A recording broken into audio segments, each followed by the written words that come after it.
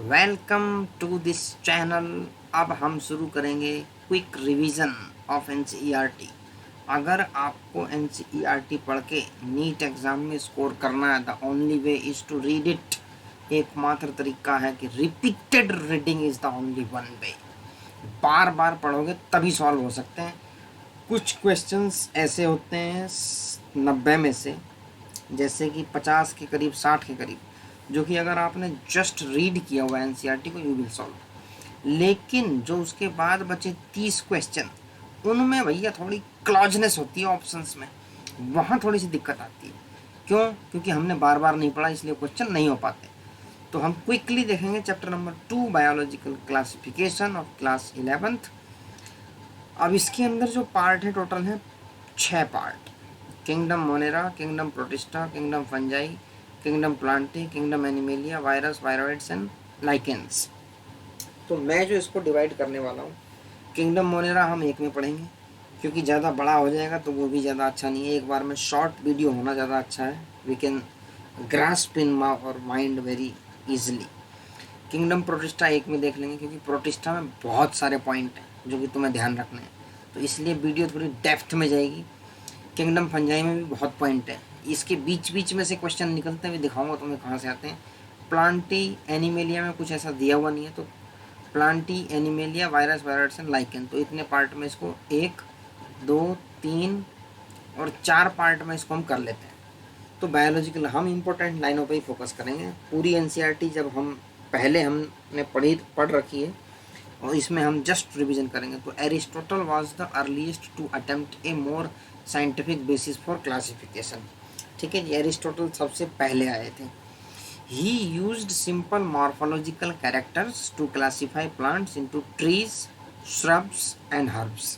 तो इसकी क्लासिफिकेशन भी ध्यान रखनी है इनकी, जो कि हमारे एरिस्टोटल थे। He also divided animals into 2 groups, those which had read blood cells and those that did not.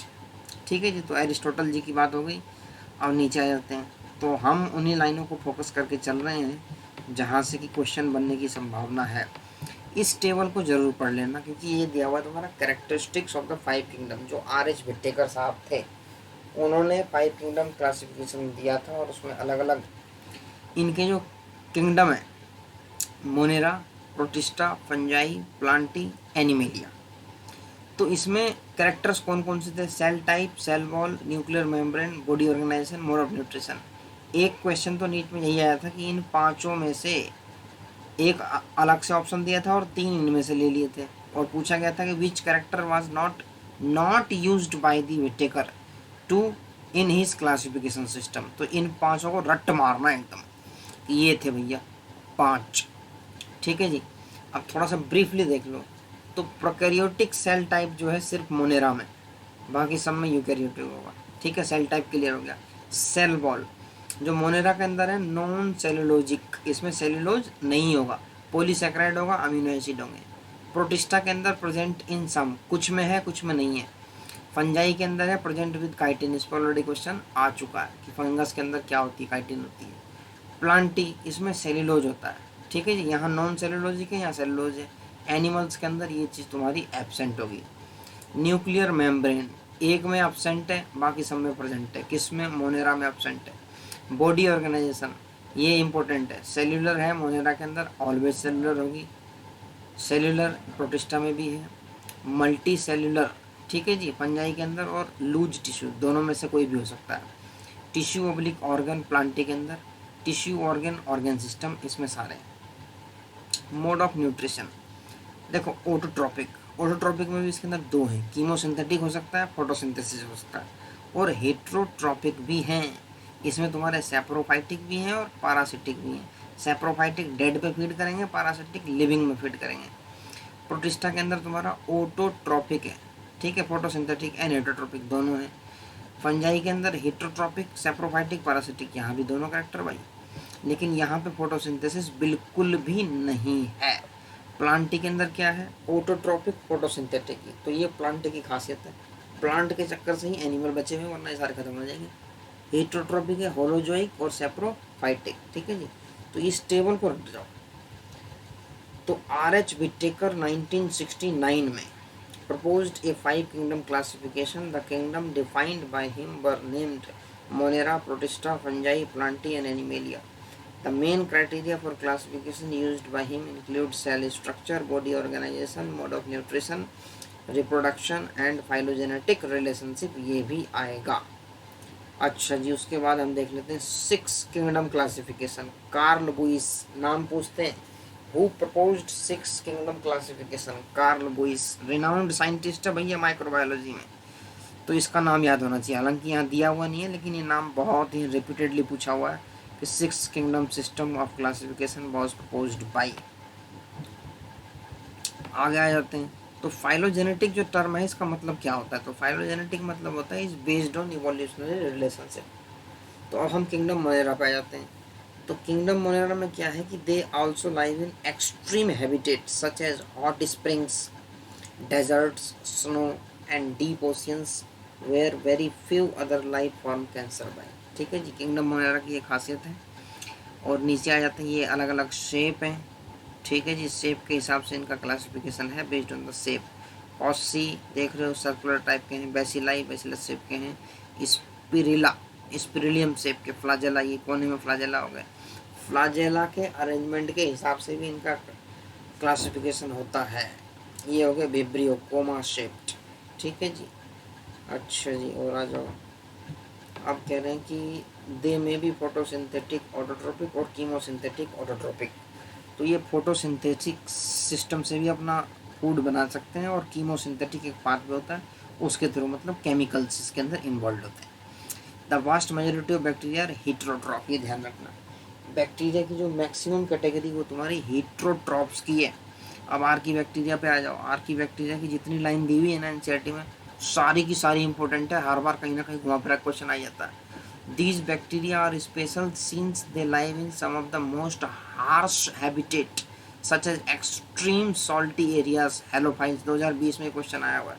salty areas में कौन रहते हैं? हेलोफाइल्स. हेलोफाइल्स किस में बिलोंग करते हैं? आर्कीबैक्टीरिया में. हॉट स्प्रिंग्स, थर्मो एसिडोफाइल्स, ये भी मैचिंग टाइप में था. And marshy areas, methanogens. तो archaebacteria differ from the other bacteria in having a different cell wall structure, and this feature is responsible for their survival in extreme condition. तो एक बात clear होगी कि archaebacteria के पास डिफरेंट सेल वॉल स्ट्रक्चर है. तो methanogens are present in the gut of several ruminant animals such as cow and buffaloes, and they are responsible for the production of methane biogas from the dung of this animal. Archaebacteria की एक एक line गिन लो, एक एक word गिन लो, important है. Question आएगा, आ चुका है और आएगा. यू बैक्टीरिया में आ जाओ. यू बैक्टीरिया क्या है? तुम्हारे ट्रू बैक्टीरिया है. ऊपर कर लेते हैं थोड़ा. ये देखो, eubacteria, there are thousand of different eubacteria और true bacteria. They are characterised by the presence of a rigid cell wall and if motile a flagellum. एक लाइन तो ये याद कर लो. चाहो तो एक नोट्स बना लो अलग अलग लाइन की, उसको बार बार रटते रहो. एकमात्र उपाय है. The cyanobacteria also refer to as blue green algae. अब देखो बच्चे कंफ्यूज रहते हैं कि भाई कहीं साइनोबैक्टीरिया लिखा है, कहीं ब्लू ग्रीन एल्गी लिखा है. तो एक्चुअली ये इसलिए है, जो अर्लियर क्लासिफिकेशन थे तो उन्होंने जो टर्म यूज किया था वो ब्लू ग्रीन एल्गी किया था. उसके बाद में जो रिसेंट क्लासिफिकेशन आई है उनमें टर्म साइनोबैक्टीरिया यूज हो रहा है. तो ये डिफरेंस है, दोनों चीज़ सेम ही है. तो ब्लू ग्रीन एल्गी और साइनोबैक्टीरिया कुछ भी कह लो. अगर आज के डेट में कहोगे तो साइनोबैक्टीरिया है. ब्लू ग्रीन एल्गी जो पुरानी बुक्स हैं, बाबा आजम जमाने की रिसर्च पेपर हैं, बुक्स हैं, उनमें तुम्हें ब्लू ग्रीन एल्गी आज भी मिलेगा, लेकिन जो लेटेस्ट वाला साइनोबैक्टीरिया मिलेगा. Have chlorophyll a similar to green plant. इनमें भैया क्लोरोफिल ए होता है और वो ग्रीन प्लांट के जैसा होता है. एंड आर फोटोसिंथेटिक ऑटोट्रॉप्स होते हैं. ये ध्यान रखना. The cyanobacteria are unicellular. Unicellular हो सकते हैं, कॉलोनियल हो सकते हैं और फिलामेंटस हो सकते हैं. फ्रेश वाटर, मेरीन दोनों हो सकते हैं. इसी पे एक बार क्वेश्चन आया था कि साइनोबैक्टीरिया और मेरीन, नहीं फ्रेश वाटर भी है भाई. और टेरेस्ट्रियल एल्गी. तो they often form blooms in polluted water body. Bloom ये भी बना सकते हैं. ठीक है जी. Some of these organism can fix atmospheric nitrogen in specialised cells called heterocytes. ये देख रहे हो स्पेशलाइज्ड सेल्स है, ये हेटेरोसाइट्स है. ये म्यूसिलेजिनस शीथ है, तो ये कुछ स्पेशलाइज सेल्स हैं। नोस्टोक एंड एनावेना इसका एग्जाम्पल है। तो chemosynthetic autotrophic bacteria oxidise various inorganic substances such as nitrates, nitrites and ammonia and use the released energy for their ATP production. क्योंकि एक एक वर्ड, एक एक लाइन इंपॉर्टेंट है। अब क्या बताएं, कहीं से भी आ सकता है, इसलिए रिवीजन में भी इतना पढ़ना पड़ रहा है। तो they play a great role in recycling of nutrient. कौन कौन से न्यूट्रिएंट है ये भी रट लो। Nitrogen, phosphorus, iron and sulphur, 4 element हैं, चारों रट जाओ। NPIS, NPIS। Heterotrophic bacteria are most abundant in nature, पहले भी डिस्कस कर चुके हैं। इस पे क्वेश्चन आने की प्रोबेबिलिटी है कि मोस्ट अबंडेंट बैक्टीरिया आर, तो हीट्रोट्रॉपिक कोई सा भी ऑप्शन हो, कीमोसिंथेटिक, फोटोसिंथेटिक, ऑटोट्रॉपिक, हीट्रोट्रॉपिक, तो तुम्हें मारना heterotrophic bacteria. The majority are important decomposers, decomposer है भैया। They are helpful in making curd from milk. तो तुम्हें पूछा जाएगा कि which type of bacteria is responsible for making curd from milk, तो हीट्रोट्रॉपिक बैक्टीरिया। ठीक है जी, उसका भी एक फंक्शन है हीट्रोट्रॉपिक बैक्टीरिया का। एक बार शायद तक ही क्वेश्चन आया है, तो आगे देख लेते हैं। सम आर पैथोजेंस हो सकते हैं कुछ, causing damage to human beings. Crops में भी कर सकते हैं, फार्म एनिमल में भी एंड पेट्स में भी। कौन कौन सी डिसीज है? Cholera, typhoid, tetanus, citrus canker are well known disease caused by different bacterium.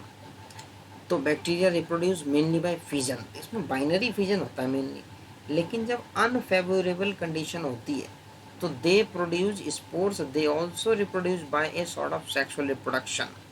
अगर तुम्हें ये कहा जाए कि can bacteria reproduce by sexual reproduction, तो आंसर आएगा यस। कभी ये मत लिख देना कि सेक्सुअली हो ही नहीं सकता, हो सकता है, ऑर्गन नहीं है लेकिन इसमें होता है सेक्सुअल, लिटिल बिट, कंप्लीट नहीं है लेकिन सेक्सुअल वर्ड हम यूज कर रहे हैं।